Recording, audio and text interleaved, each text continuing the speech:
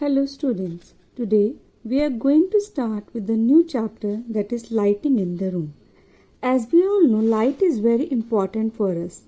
It helps to see the world around us. Light is considered as an element of art. We need light or illumination for performing different activities. General activities like moving around in the home or watching television. But the level of illumination is different for general activities and task-specific activities like reading, writing, sewing, chopping vegetables, etc. So proper lighting is very important for us. It reduces the strain on our eyes and it helps us to have the clear vision without any glare or without any shadow. Proper lighting influences the human emotions too, as adequate bright light is stimulating to the human beings, whereas dark or dim light may seem depressing. So we can say that proper daylight and artificial light, both when combined properly, enhances the beauty of design and create a happy, comfortable and cheerful environment for living. Now we'll study about the various considerations to be kept in mind while planning lights in a room. First one is how much light is needed in a room. It depends on the size of the room and various activities to be performed in a room. Second one is what are the types of lights available in the market. According to our suitability, we should select the ceiling or wall fixtures.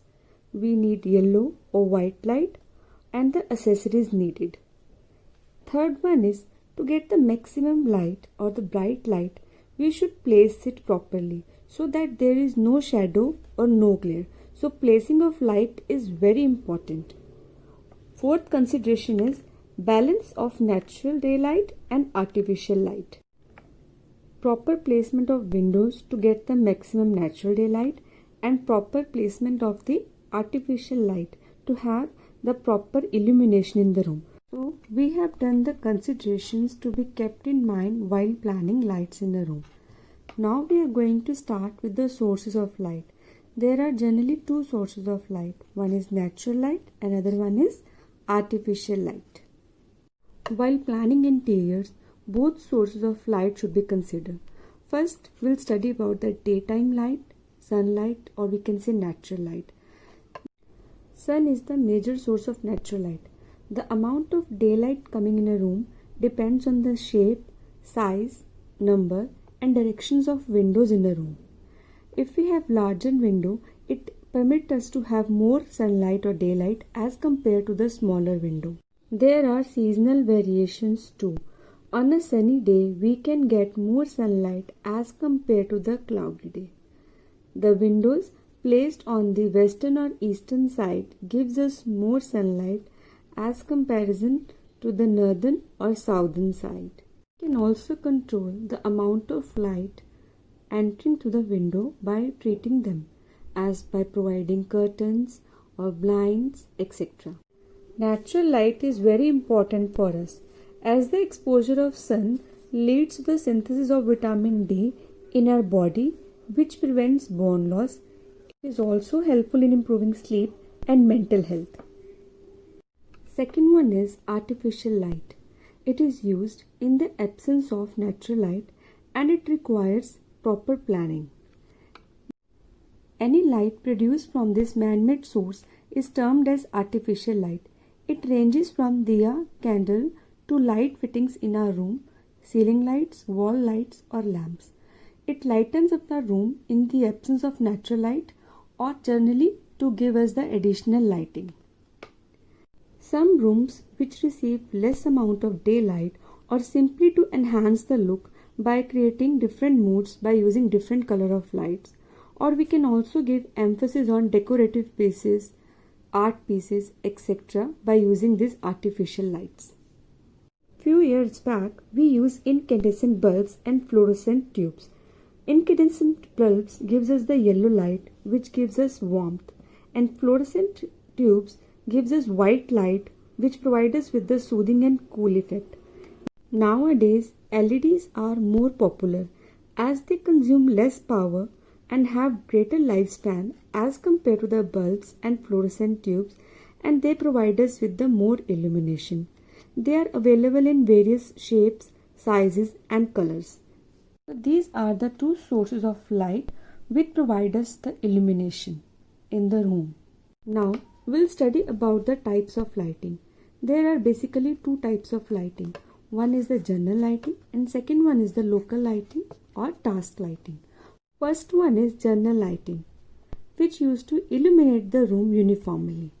It gives equal emphasis to the design and entire space of the room. General lighting provides a comfortable level of brightness. It can be accomplished through ceiling lighting, wall-mounted fixtures, track lights, floor and table lamps, etc. It could be direct lighting or indirect lighting. In direct lighting, light falls directly on the objects. That is why the highest percentage of light is downwards. But it creates the harshness of shadow, discomfort to the eyes by forming a glare and makes the eyes fatigue. But in case of indirect lighting, light is thrown against the surface, which is then reflected usually from the ceiling. It is considered better from the direct ceiling lighting as it is soft, uniform and creates no shadow. It is applied in the room where there is no precise activities like reading is going on. Second one is local or task lighting. This lighting is needed to increase the efficiency of work.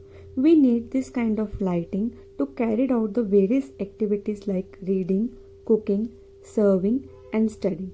It could be placed low or below as per the need, but it should be covered so that it should not give us discomfort. It can be accomplished through movable lamps, desk lamp, pelmet lights or hand lights. This task lighting provides the room with the right moods and emphasis on the important objects is given. Accent light is used for decorative pieces. It enhances or emphasizes on the particular objects.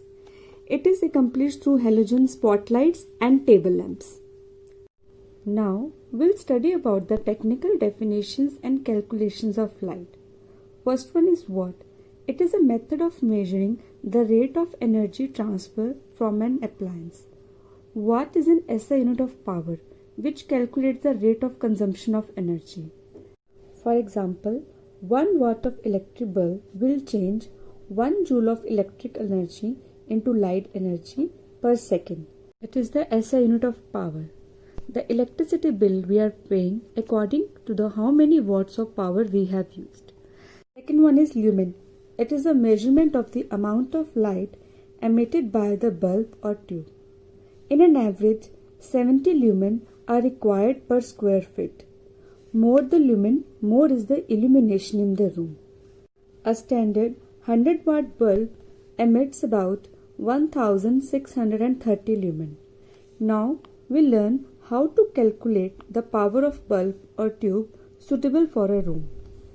The formula is like this. Number of lumens required for good lighting is equal to area of room in square feet multiplied by lumens required per square feet.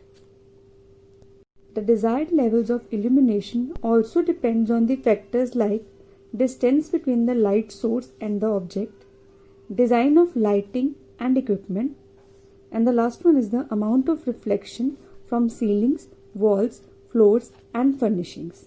Now we will learn about the glare. When there is too much brightness or exposure of eye to direct source of light, it causes glare, which makes us uncomfortable. Glare caused in the daylight are treated by providing the window treatments like planting climbers or other plants near the windows, and artificial glare can be treated by providing different shades or accessories or by having well designed fixtures. Now we'll study about the lighting in various rooms of a house. Light fixtures should be functional as well as decorative. We can opt for general lighting or local lighting depending on the area of a room. First one is the entrance. The entrance of the house should be well lit with the help of general lighting, preferably white light. The nameplates or the art pieces in the lobby should be done with the accent lighting to give the emphasis on that. In living room, we can use the combination of journal and local lighting. Like yellow indirect lighting gives us the warm ambient space and gives a feeling of comfortable level of illumination. For the journal activities like moving around, watching television, etc. Task light is also preferable for the specific activities like reading, playing games. An accent light is needed to give focus on the textured walls and picture frame. Third one is your passages. Passages should be fitted with journal lighting to give the uniform illumination to the area and to help us in the moving around easily. Next is kitchens. Kitchens should have white direct light for hygienic purposes and clear visibility. We also need task light for chopping vegetables, cooking, serving. Task light can be provided by providing palmet below the overhead storage cabinet above the work counters. In bedrooms, ceilings or wall fixtures are provided to give the journal lighting. A bedside lamp is there for comfortable task light. A mirror light above the dresser acts as a local light which increases the efficiency of the task. Last is the bathrooms. They can be lit with white direct or indirect light for journal illumination. A mirror light should be there over the wash basin area. Now we are going to study about the types of lighting fixtures. There are many different kinds of fixtures that we can use to provide journal, task or accent light, whatever we need in the home to change its appearance, to increase our task performance. These fixtures can be lamps, chandeliers, fan light fixtures, track lights, pendant lights, ceiling lights, fiber optic lights, etc. So these are the types of lighting fixtures. Today we have done lighting in the home, in which we have studied the source of light, types of lighting which lighten up our house. In the end, I would like to say lighting is an important part in any interior space. It enhances the aesthetic appeal of a house. It makes the room look spacious and the person in it become more productive as it increases the efficiency. It creates a comfortable environment as well as it added to the style of the interior decor. Good lighting assures a warm, inviting and functional atmosphere in a home. So selection of proper lighting is a key element in home furnishing. So with this, we have completed this chapter. Thank you.